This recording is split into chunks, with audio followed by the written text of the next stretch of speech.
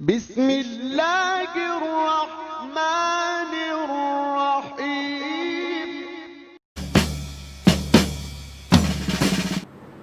بسم اللہ الرحمن الرحیم۔ جی تو ہم سٹارٹ کرتے ہیں اردو الف سے۔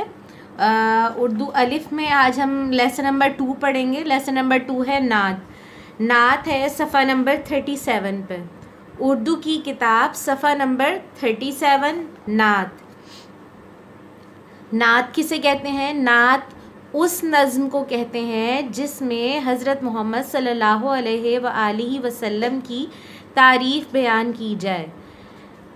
حمد کسے کہتے ہیں؟ جس میں اللہ تعالیٰ کی تعریف بیان کی جائے۔ اور نعت کسے کہتے ہیں؟ نعت ایسی نظم کو کہتے ہیں جس میں حضرت محمد صلی اللہ علیہ وآلہ وسلم کی تعریف بیان کی جائے۔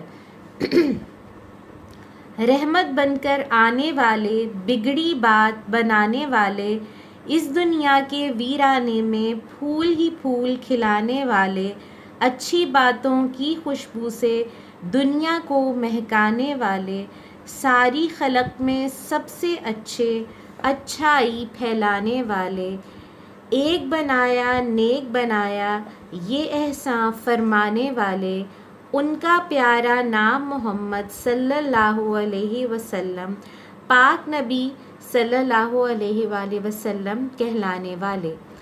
اس نظم میں شاعر نے کیا کہا ہے؟ اس نظم میں شاعر نے حضرت محمد صلی اللہ علیہ وآلہ وسلم کی تعریف بیان کی ہے کہ اللہ تعالیٰ نے ہمارے نبی کو صلی اللہ علیہ وآلہ وسلم کو دنیا میں رحمت بنا کر بھیجا۔ تو رسول اللہ صلی اللہ علیہ وآلہ وسلم جو ہیں وہ تمام جہانوں کے لیے رحمت بن کے آئے، اور وہ ہر بگڑی بات کو سنبھالنے والے تھے، بنانے والے تھے۔ تو انہوں نے کیا کیا؟ انہوں نے یہ دنیا جو کہ کفر کے اندھیروں میں ڈوبی ہوئی تھی،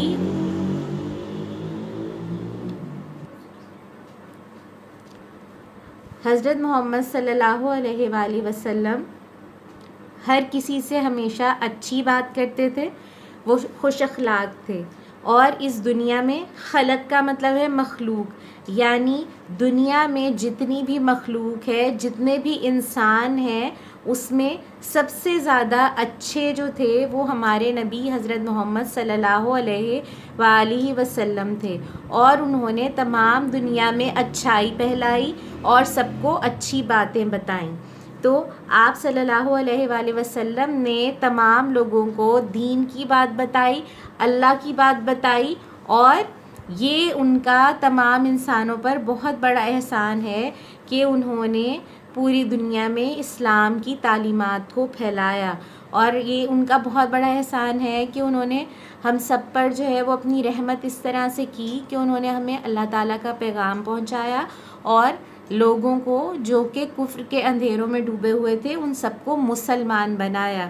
تو ہمارے نبی کا نام بہت پیارا ہے، اور ہمارے نبی کا جب بھی نام لیا جاتا ہے تو ہم درود شریف پڑھتے ہیں، ٹھیک ہے؟ تو آپ لوگوں نے ریڈنگ سنی، اور اس کے علاوہ آپ لوگوں نے اس نظم کے مفہوم کو سمجھا۔ اب آپ لوگوں نے کیا کرنا ہے؟ آپ لوگوں نے وائس میسج کر کے اس نظم کی یعنی نعت کی ریڈنگ جو ہے وہ کرنی ہے، اور 1 by 1 وائس میسج جو ہے وہ گروپ میں سینڈ کرنا ہے، ٹھیک ہے؟ میں ویٹ کر رہی ہوں، آپ لوگ نظم کو پڑھیے اور وائس میسج کر کے ریکارڈ کر کے گروپ میں سینڈ کیجیے۔ جی تو اب ہم کیا کریں گے؟ اب ہم نعت کے الفاظ معنی کریں گے، اور الفاظ معنی ہم کہاں پہ لکھیں گے؟ الفاظ معنی ہم اردو الف کی کاپی پہ لکھیں گے، ٹھیک ہے؟ تو سب سے پہلے آپ لوگوں نے کیا کرنا ہے؟ سب سے پہلے آپ نے نعت کا ٹائٹل پیج بنانا ہے، ٹھیک ہے؟ سب سے پہلے آپ نے نعت کا ٹائٹل پیج بنانا ہے، اس پہ آپ نے گنبد بنانا ہے اور اس میں گرین کلر کرنا ہے، ٹھیک ہے؟ سب سے پہلے آپ نے نعت کا ٹائٹل پیج بنانا ہے، اس پہ آپ نے گنبد بنانا ہے اور اس میں گرین کلر کرنا ہے، ٹھیک ہے؟ نیکسٹ پیج پہ آپ نے نعت کے الفاظ معنی کرنے ہیں، ٹھیک ہے؟ اور الفاظ معنی کرنے سے پہلے آپ نے کیا کرنا ہے؟ پراپر مارجن لائنز لگانی ہے، رائٹ سائڈ پہ آپ نے ڈیٹ لکھنی ہے، اس کے بعد درمیان میں آپ نے لکھنا ہے جماعت کا کام، اور لیفٹ سائڈ پہ آپ نے لکھنا ہے بدھ. ٹھیک ہے. اس کے بعد سینٹر میں آپ نے لکھنا ہے نعت اور اس کے بعد آپ نے مارجن لائن لگا کے الفاظ معنی لکھنے ہیں. الفاظ معنی، نعت کے الفاظ معنی اردو کی کتاب کے صفحہ نمبر 170 پر ہے. نعت کے الفاظ معنی اردو کی کتاب کے صفحہ نمبر 170 پر ہے. تو یہاں پر پھر آپ نے الفاظ معنی لکھنے ہیں. پہلا لفظ ہے خلق یعنی مخلوق، یعنی اللہ تعالیٰ نے جو بھی چیزیں بنائی ہیں، جو بھی انسان اور جانور بنائے ہیں، ان کو کیا کہتے ہیں؟ اللہ تعالیٰ کی مخلوق. ٹھیک ہے. بگڑی یعنی خراب، کوئی بھی چیز جو بگڑی ہوئی ہو یعنی کہ خراب ہو. تیسرا ہے احسان، احسان مطلب بھلائی. چوتھا لفظ ہے ویرانہ، ویرانہ مطلب غیر آباد جگہ، یعنی ایسی جگہ جہاں پر کوئی بھی آباد نہ ہو اور وہاں پر سناٹا ہو، اس کو کیا کہتے ہیں؟ ویرانہ. پانچواں اور آخری لفظ ہے مہکانہ. مہکانہ کے معنی ہے خوشبو پھیلانا. تو آپ لوگوں نے یہ الفاظ معنی اسی طرح سے اپنی اردو کی کاپی پہ کرنے ہیں اور نیچے اینڈنگ لائن لازمی لگانی ہے. آپ لوگوں کے پاس 30 منٹس ہیں نعت کا ٹائٹل پیج بنانے کے لیے اور الفاظ معنی لکھنے کے لیے.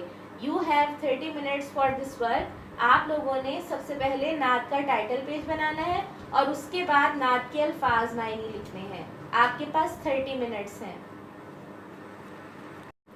جی، تو الفاظ معنی کے بعد اب ہم نے بک ورک کرنا ہے. بک ورک میں آپ نے سب سے پہلے بک پہ یہاں پہ ڈیٹ اور ڈے لازمی مینشن کرنا ہے. تو اب ہم مشق سٹارٹ کرتے ہیں. پہلا سوال ہے مشکل الفاظ کے جوڑ توڑ سیکھنے سے الفاظ کی املا آسان ہو جاتی ہے. اب ہم اس سبق میں موجود مشکل الفاظ کے جوڑ توڑ کی مشق کرتے ہیں.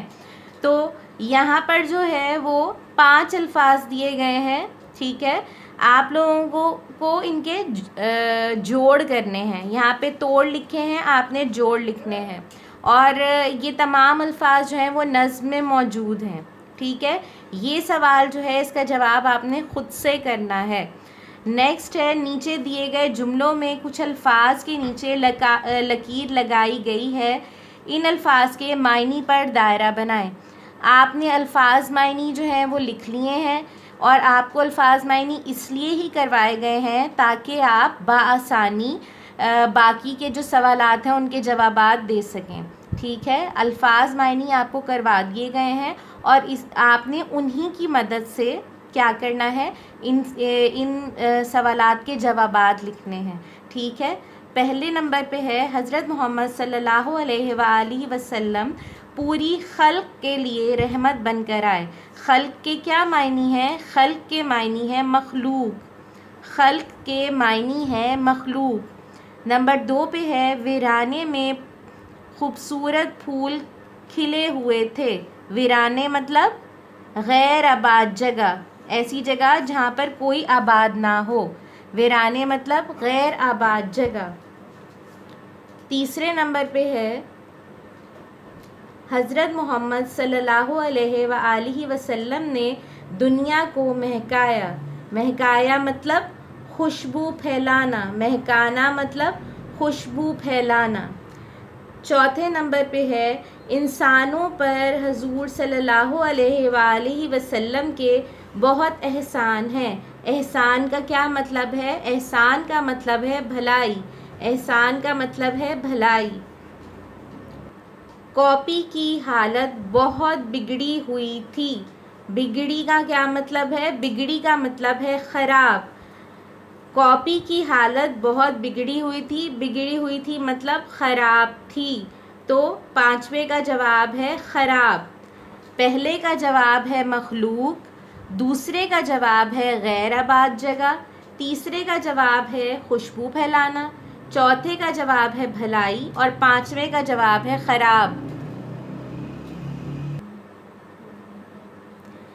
تیسرا سوال ہے نیچے کچھ الفاظ دیے گئے ہیں، ان الفاظ کے جملے بنائیں.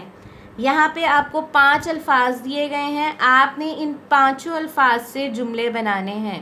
آپ سب بچوں نے خود سے جملے بنانے ہیں اور سب سے اہم بات یہ ہے کہ آپ نے ان جملوں کو بک پہ ہی بنانا ہے پینسل سے بنانا ہے اور رائٹنگ تھوڑی چھوٹی چھوٹی کرنی ہے تاکہ پورے جملے جو ہیں وہ یہیں پہ آ جائیں. ٹھیک ہے, رائٹنگ نیٹ کرنی ہے, بک کو گندا نہیں کرنا ہے.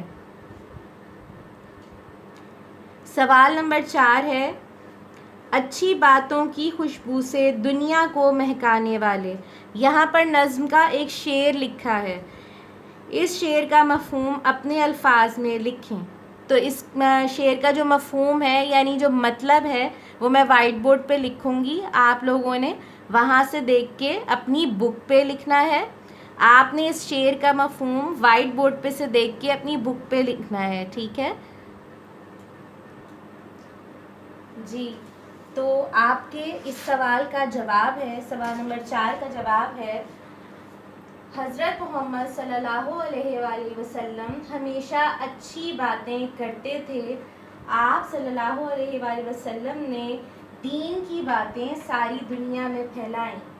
آپ لوگوں نے اس سوال کا جواب بک پہ لکھنا ہے اور ابھی لکھنا ہے.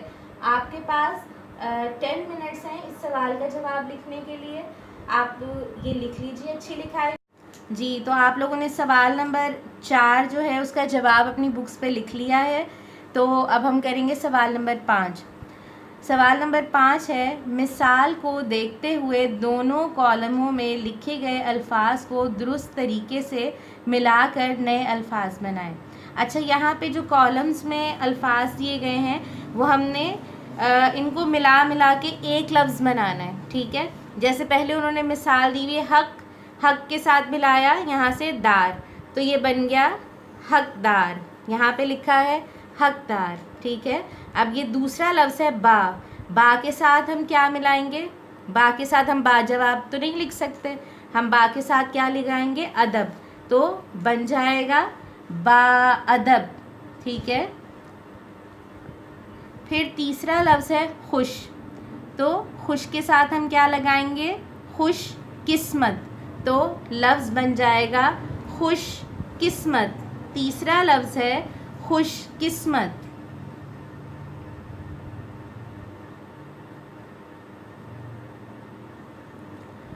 چوتھا لفظ ہے لا.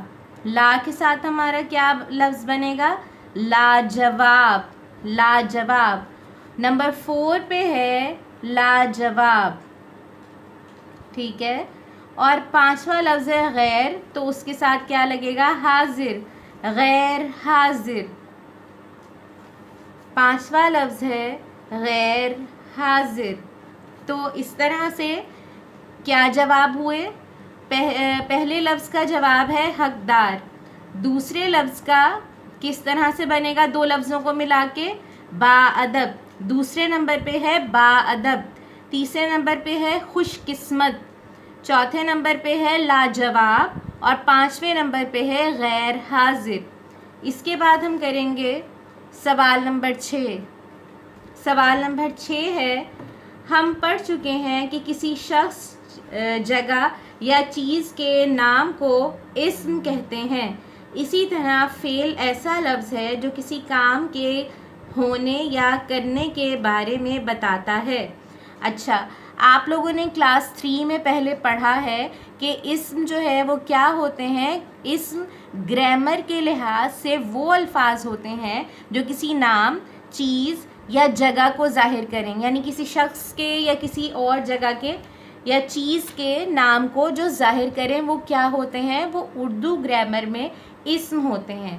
اور فعل کیا ہوتے ہیں؟ فعل وہ الفاظ ہوتے ہیں جن سے کوئی بھی ایکٹیویٹی شو ہو. یعنی کسی بھی کام کا کرنا یا ہونا جو ہے وہ کیا ہے؟ وہ فعل ہے. ٹھیک ہے, تو دیے گئے جملوں میں سے اسم اور فعل الگ الگ کرنے ہیں. ٹھیک ہے, تو ہم لوگ کیا کریں گے؟ ایک ایک جملہ جو ہے وہ پڑھتے جائیں گے اور اس میں سے ہم اسم اور فعل الگ الگ کر کے لکھتے جائیں گے. ٹھیک ہے, تو پہلا جملہ ہے علی اور حماد کھیل رہے تھے. تو اس میں انسانوں کے نام ہیں علی اور حماد. تو ہم کیا لکھیں گے یہاں؟ اس میں علی اور حماد لکھیں گے. اس کے بعد فعل. فعل کیا ہے؟ کھیل. کھیل کیا ہے؟ فعل. یعنی کہ کھیل جو ہے وہ ایک ایکٹیویٹی ہے اور ہر ایکٹیویٹی, ہر حرکت اور ہر کام گرامر کے لحاظ سے اردو میں فعل کہلاتا ہے. تو اس جملے میں کھیل جو ایکٹیویٹی ہے وہ ہے فعل. دوسرا جملہ ہے استاد صاحب کمرے میں پڑھا رہے تھے. اب اس جملے میں استاد صاحب جو ہیں وہ کیا ہیں؟ استاد صاحب اور کمرے، یہ دونوں ہی چیزیں کیا ہیں؟ یہ دونوں ہی الفاظ ہیں اسم. تو آپ یہاں پہ لکھیں گے استاد، سب سے پہلے آپ لکھیں گے استاد، اس کے بعد آپ لکھیں گے کمرے. یہ دونوں الفاظ اسم ہیں. اس کے بعد آپ یہ استاد صاحب جو ہیں ان کی ایکٹیویٹی کیا ہے اس جملے میں؟ پڑھانا. پڑھا رہے تھے تو یہاں پہ کیا؟ پڑھا جو ہے وہ فعل ہے. اس جملے میں پڑھا فعل ہے. دوسرا جملہ ہے لڑکیاں کپڑے خرید رہی تھیں. اس جملے میں لڑکیاں کیا ہے؟ اسم. تو یہاں پہ آپ کیا لکھیں گے؟ لڑکیاں. لڑکیاں اسم ہیں. خریدنا کیا کر رہی تھیں؟ خرید رہی تھیں. یعنی کہ لڑکیوں کی اس جملے میں ایکٹیویٹی کیا ہے؟ خرید.